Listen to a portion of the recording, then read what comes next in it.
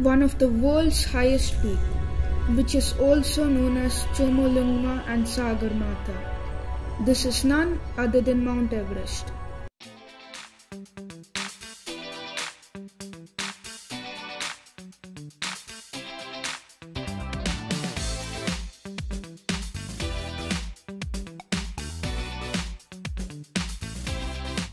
Welcome to my channel Rise of Intelligence, and I'm Sanjay. In today's video, this is the world of Mount Everest.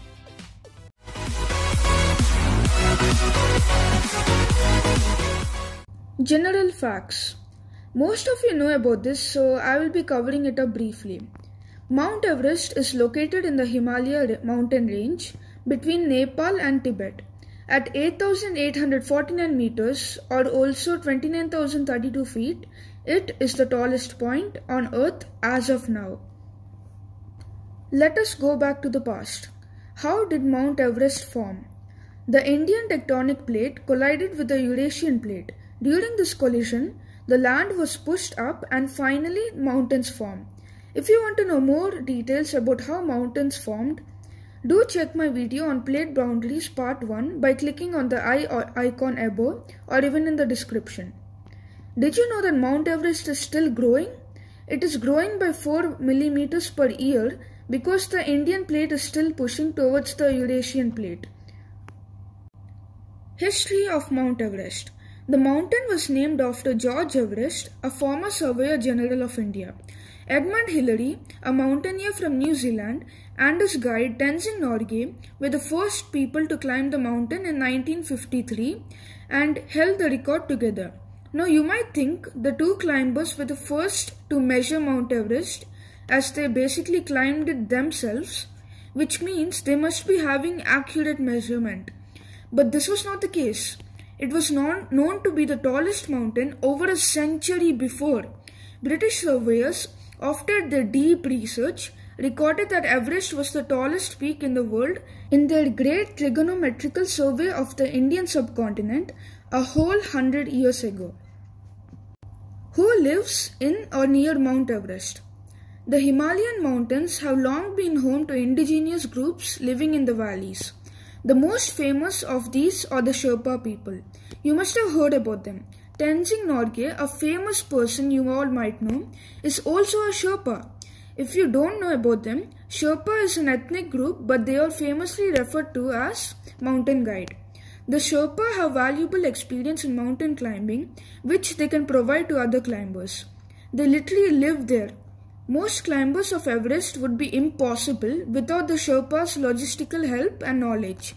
As they live at such a high altitude, they are used to the low oxygen level and thus can help the other climbers. What is required to climb Mount Everest? Climbing Mount Everest has become a popular expedition, but it is risky. Climbing Everest requires a lot of experience in the field of mountaineering, as well as a certificate of good health, equipment, and a trained Nepalese guide, or basically an experienced Sherpa. The snow and ice creates dangers like avalanches, and there is only a limited climbing season due to bad weather conditions. But perhaps the biggest danger is the altitude. Most climbers are not used to the high altitude and low oxygen levels, and thus depend on the oxygen they bring along. This is why the area above 8,000 meters elevation on Everest is called the death zone, as spending too much time here can give altitude sickness and even brain swelling. Due to the special location of the mountain, there are two main climbing routes on Mount Everest. Its southern part is located in Nepal, while the northern side is located in Tibet of China. The southeast climbing routes in Nepal was the one used by none other than Tenzing Norgay and Edmund Hillary, which you all know are the first people to climb this magnificent mountain.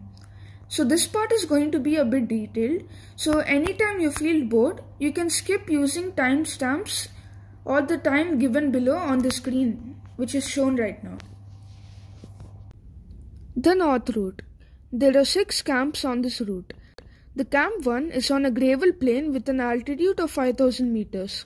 Climbers keep going from Camp 1, ascending the East Rongbuk Glacier's medial moraine to the Camp 2 at the base of Camp 3 with a height of about 6,500 meters.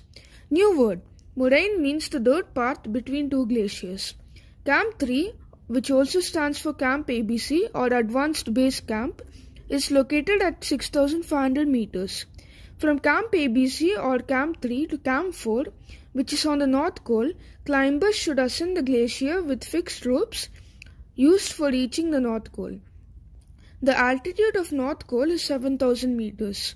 And then from the North Col to Camp 5, climbers should ascend the North Ridge with a height of about 7,775 meters. From the Camp 4 on the yellow band, climbers will face their final summit push, which is a series of steps or basically checkpoints.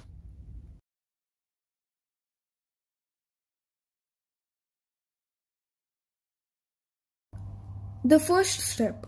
The climb from the height of 8,500 meters to 8,534 is a very dangerous climb from the base Camp 4. The second step, the climb from the height of 8,577 to 8,626 meters, including ascending through the climbing gate Chinese ladder, a metal ladder placed by a party of Chinese climbers in 1975. The third step, climb from the height of 8690 to 8800 meters.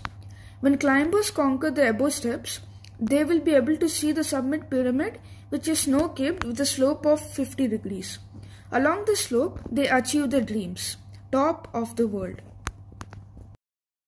The south route. A climb through the south route to the summit is more direct and steep than that of the north side. This makes the climbing somewhat more difficult, but it also means that the climber in trouble can get down to safety much quicker. Also, helicopter evacuations are possible from base camp and Camp 1 above the Khumbu icefall, which is not possible on the north side or basically the Tibet flank.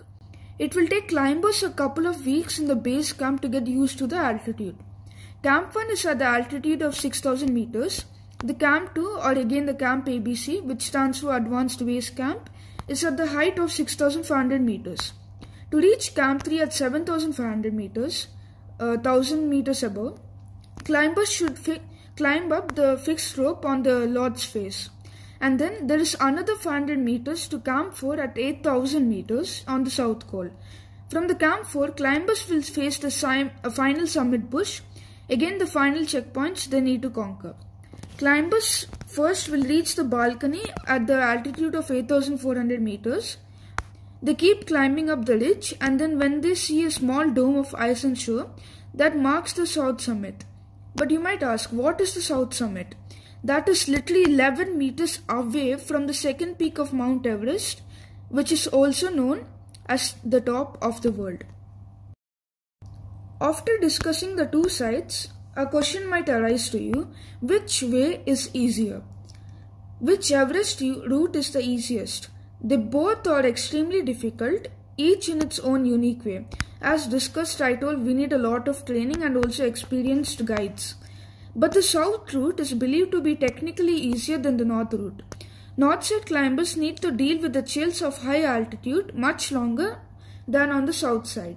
There is also no helicopter evacuation anywhere on the mountain on the north side. If a climber gets into trouble, he or she needs to get down to a Chinese base camp for evacuation by vehicle to the nearest hospital.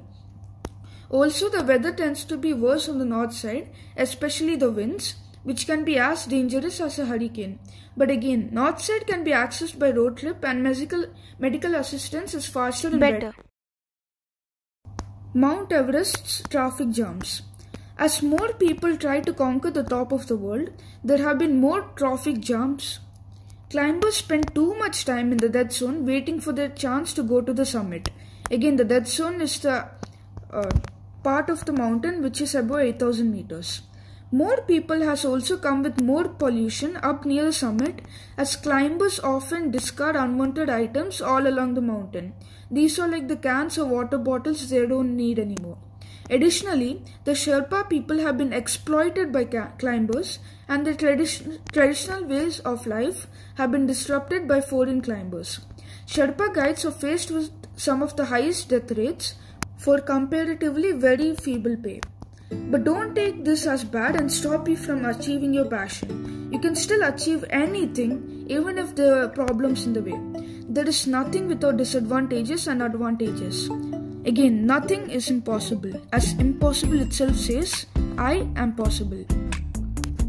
This is the end of the video, but not the end of the upcoming interesting videos. Until then, don't forget to like, share, comment and subscribe to my channel, and see you soon.